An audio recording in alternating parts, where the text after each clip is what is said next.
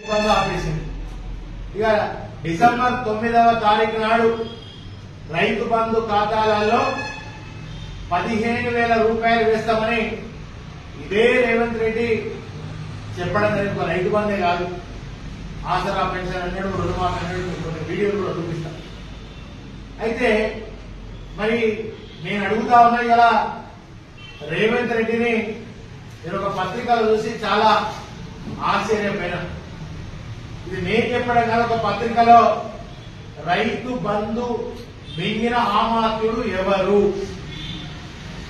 రైతు బంధు మింగిన ఆమాత్యుడు ఎవరు అనేది ఒక పత్రికలో నేను చదివి ఆశ్చర్యపోయినా.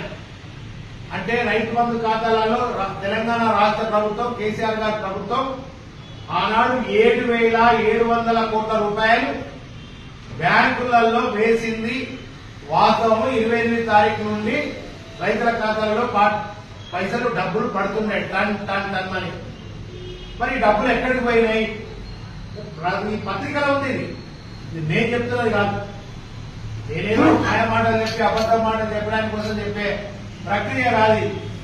రైతు బంధు అమాత్రులు ఎవరు, ఆ 7,700 కోట్ల రూపాయలు ఎక్కడికి పోయినాయి?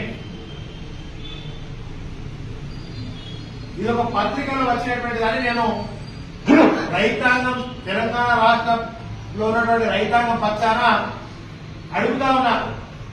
దక్షిణ తెలంగాణ చెందిన అమ్మాపురి కాంట్రాక్టు బిల్లులు క్లియర్ అయినట్టు సమాచారం